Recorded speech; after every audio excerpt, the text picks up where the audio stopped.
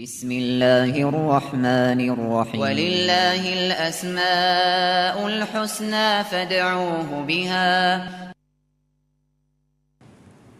بسم الله الرحمن الرحيم.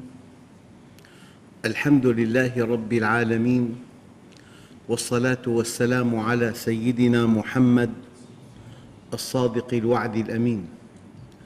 اللهم أخرجنا من ظلمات الجهل والوهم إلى أنوار المعرفة والعلم، ومن وحول الشهوات إلى جنات القربات. أيها الإخوة الكرام، مع اسم جديد من أسماء الله الحسنى، والاسم اليوم المحسن. وقد ورد هذا الاسم في السنة النبوية دالاً على كمال الوصفية مراداً به العالمية.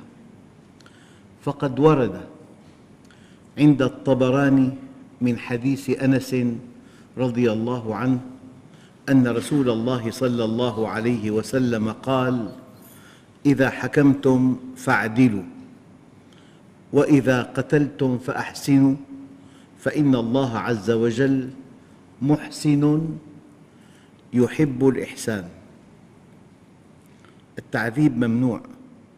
لو رأيت عقرباً يجب أن تقتله بضربة واحدة، أما أن تتفنن في تعذيبه هذا مناقض لمنهج الله عز وجل.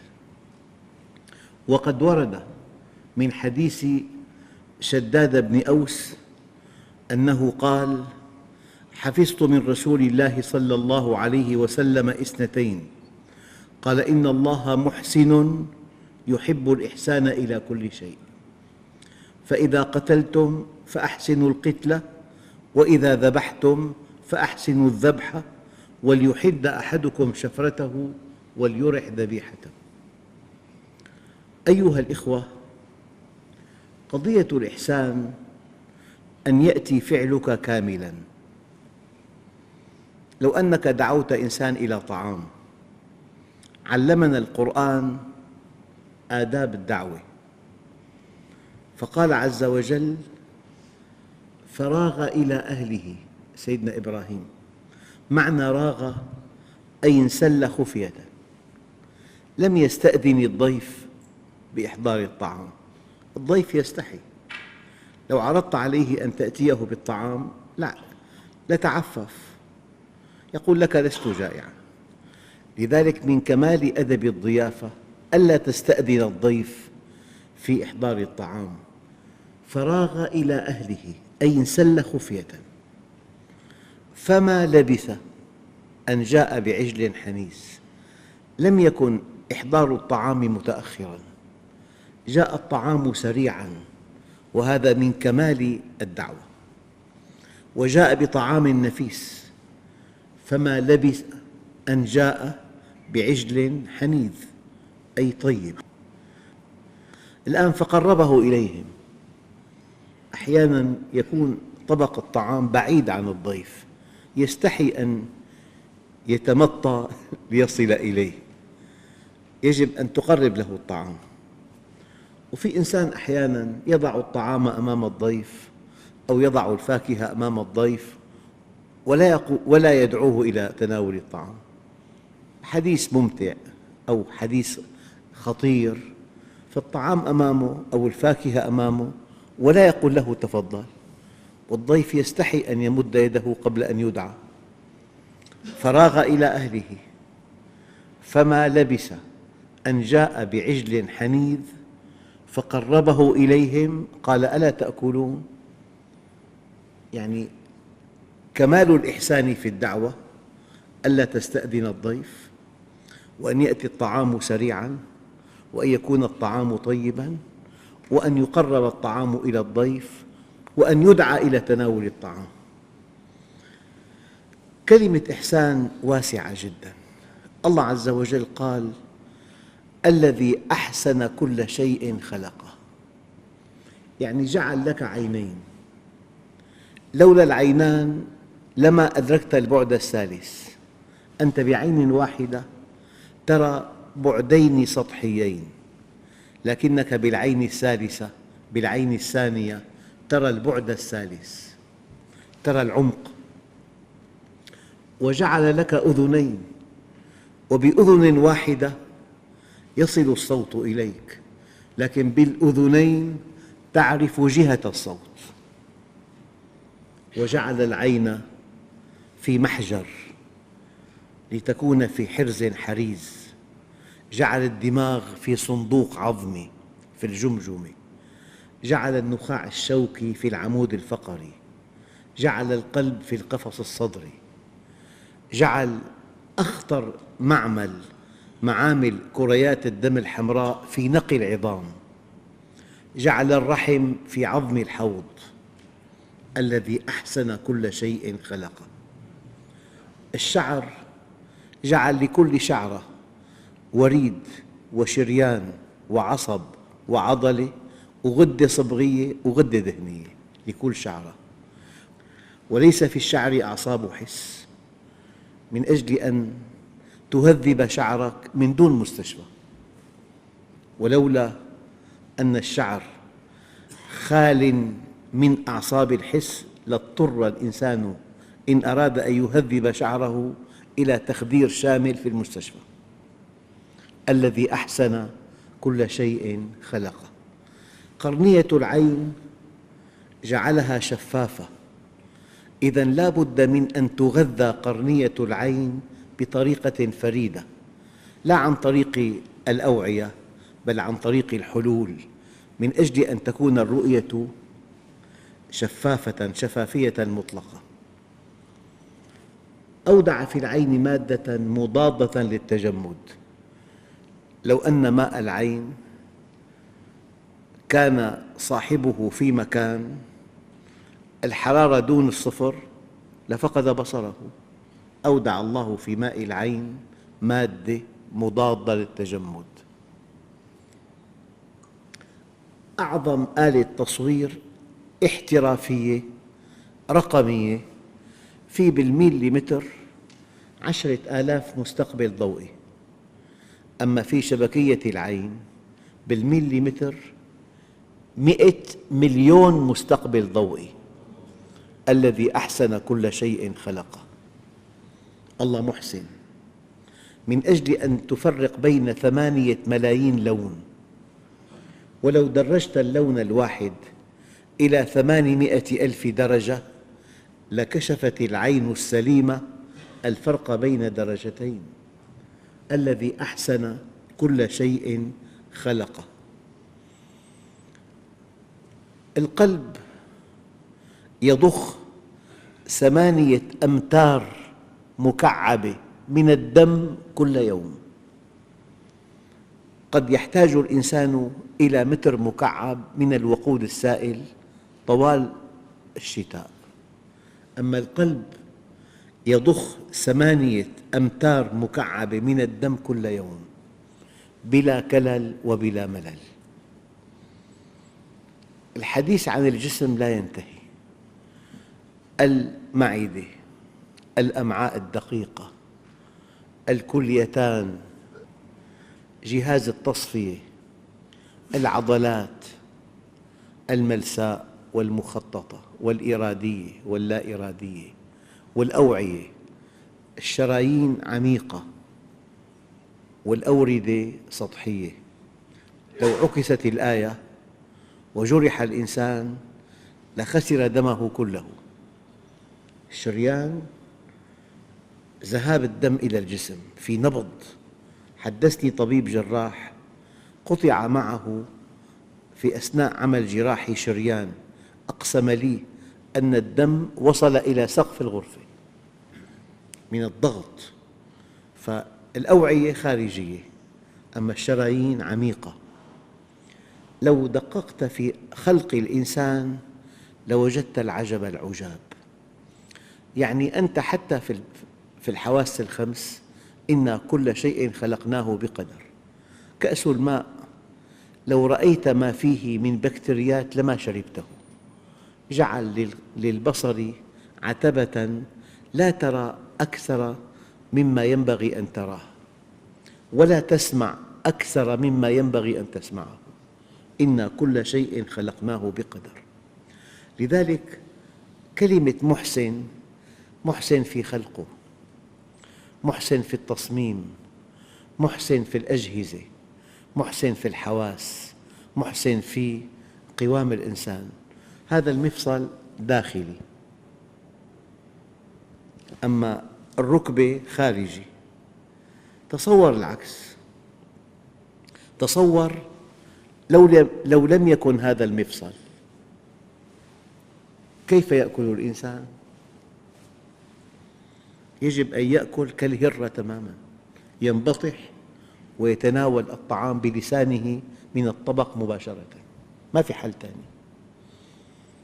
لقد خلقنا الإنسان في أحسن تقويم. انظر إلى التفاحة، بحجم مناسب وبقوام مناسب وبرائحة مناسبة وبشكل مناسب وبمحتويات مناسبة، فيها حديد، فيها سكر، فيها معادن، فيها كالسيوم، فيها مغنيسيوم. لقد أحسن كل شيء خلقه. لذلك المحسن شيء دقيق جداً. المحسن اسم فاعل من أحسن، أحسن يحسن إحساناً فهو محسن، والحسن ضد القبح. وحسن الشيء زينه. يعني تصور إنسان بلا جلد، منظره لا يحتمل، تماماً كبيت على الهيكل.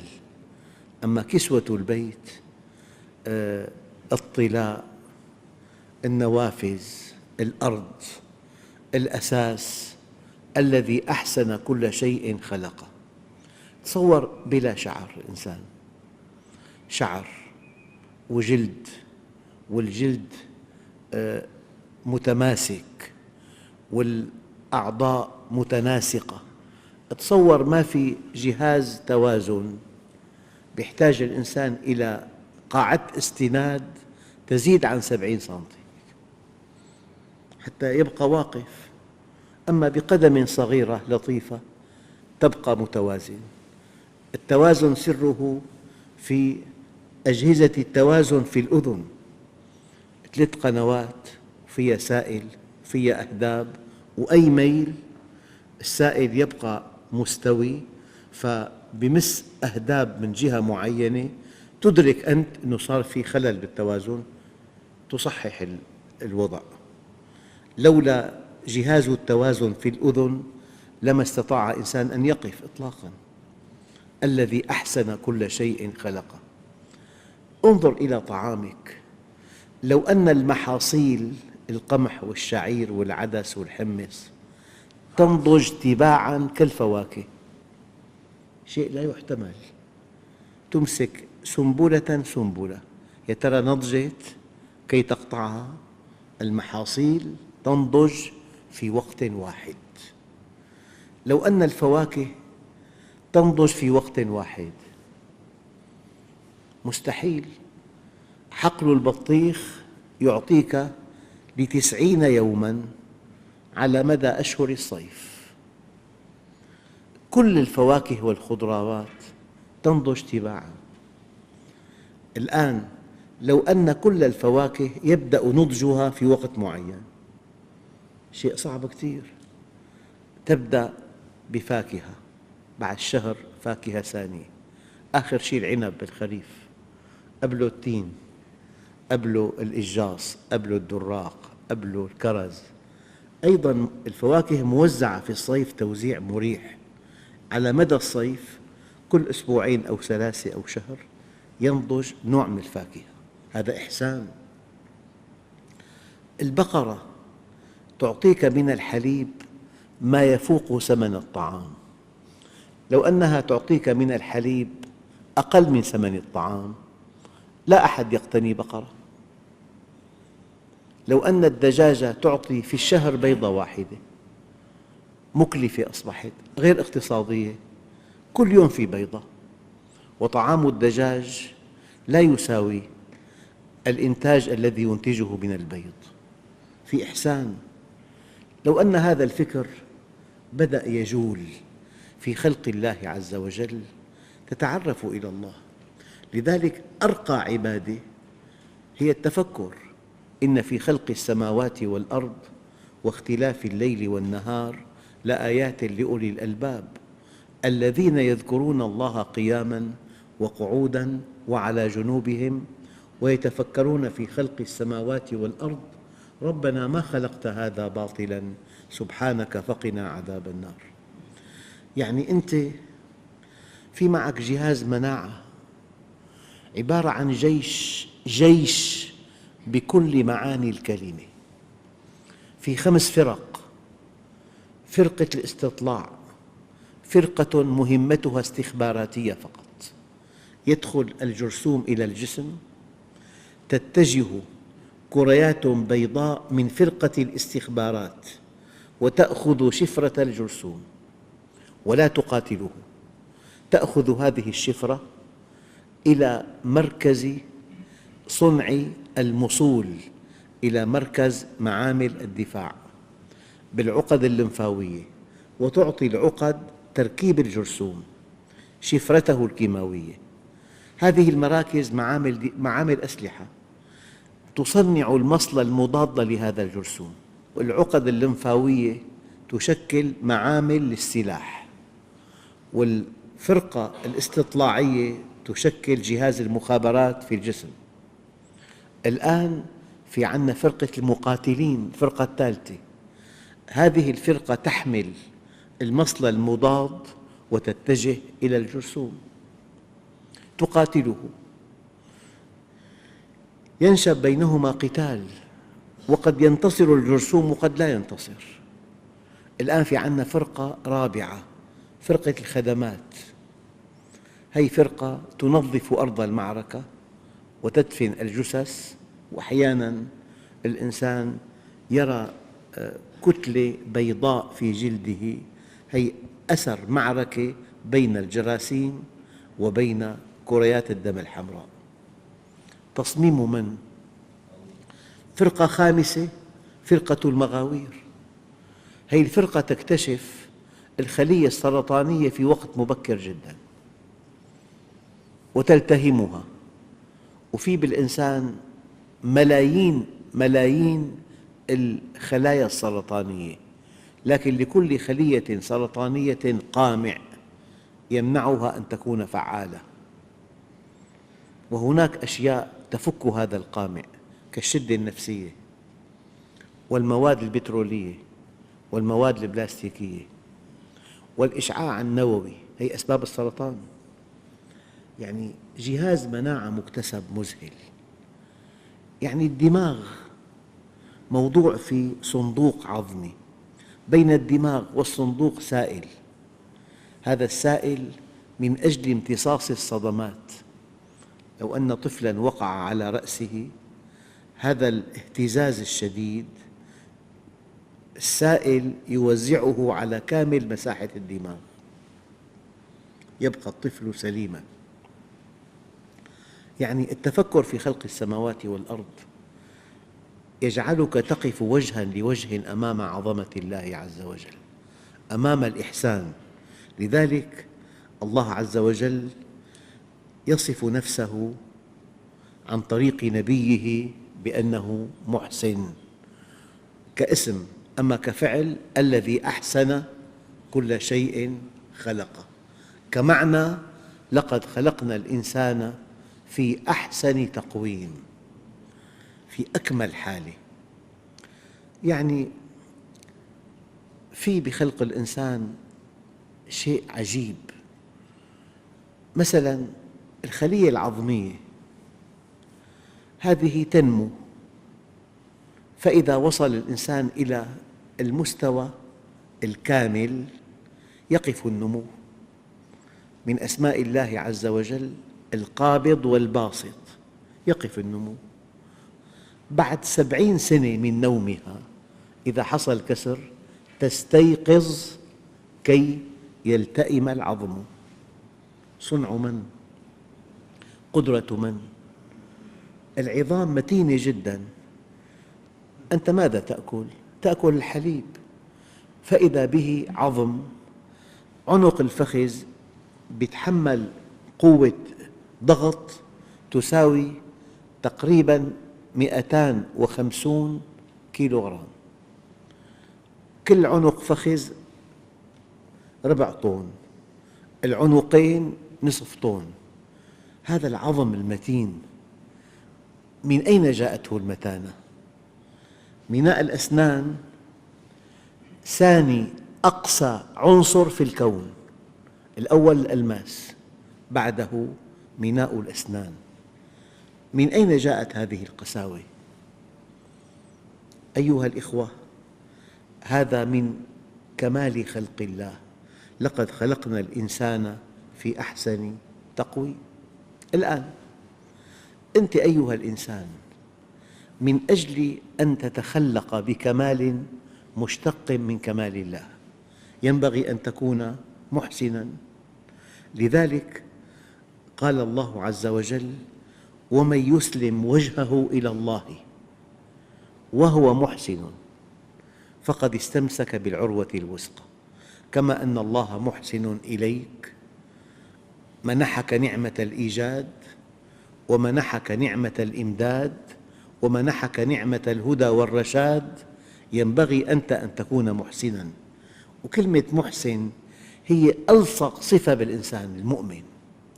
محسن في كلامه، ما في بذاءة، ما في تهجم، ما في سخرية، ما في فحش، ما في طرف قبيحة محرجة تحمر الوجه، كلام منضبط.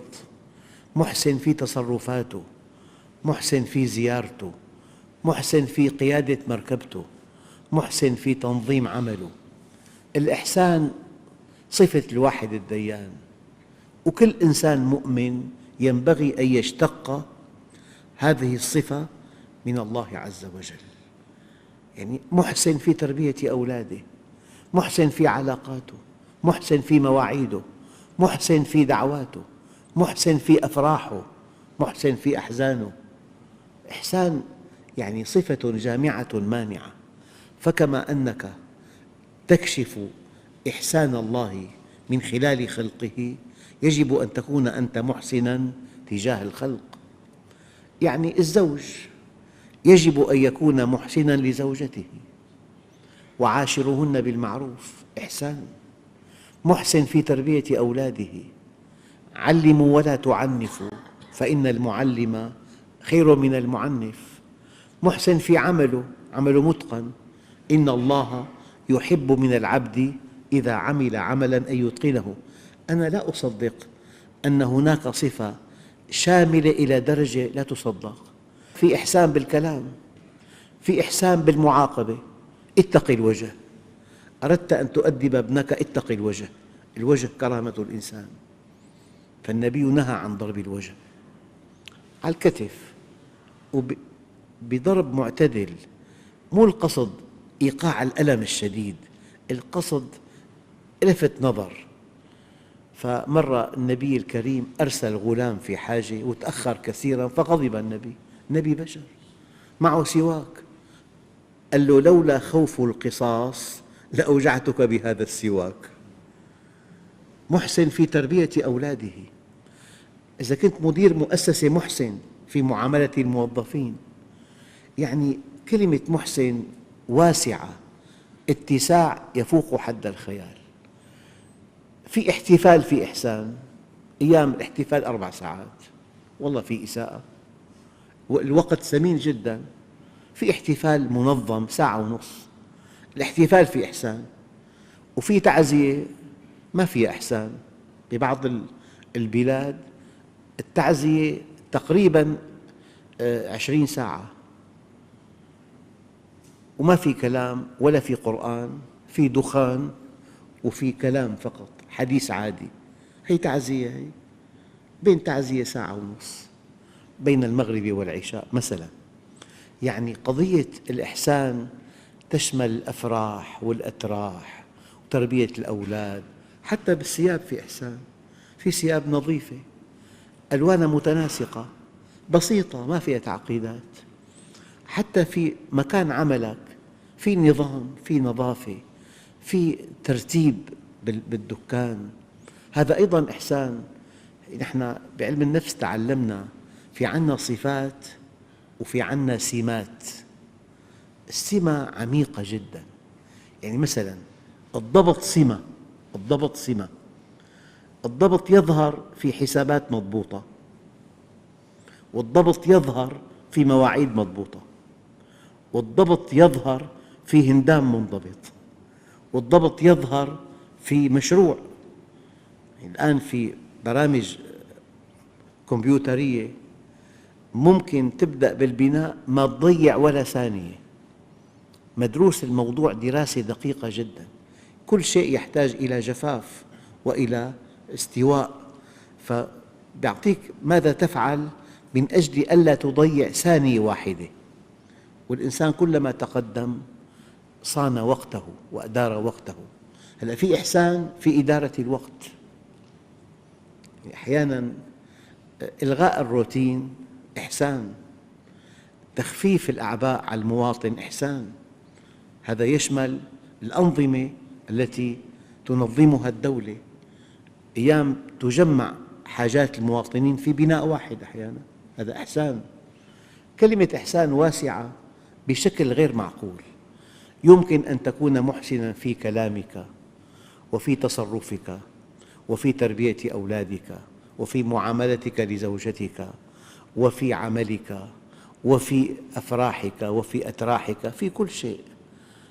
إن الله كتب الإحسان على كل شيء. والمؤمن محسن، والمؤمن يشتق هذه الصفة العالية من الله عز وجل. ولله الأسماء الحسنى فادعوه بها، أي تقربوا إلى الله بكمال مشتق من كمالات الله، والحمد لله رب العالمين. بسم الله الرحمن الرحيم. الحمد لله رب العالمين، والصلاة والسلام على سيدنا محمد الصادق الوعد الأمين. اللهم أعطنا ولا تحرمنا، أكرمنا ولا تهنا، آثرنا ولا تؤثر علينا، أرضنا وارض عنا. وصلى الله على سيدنا محمد النبي الأمي وعلى آله وصحبه وسلم، والحمد لله رب العالمين. الفاتحة.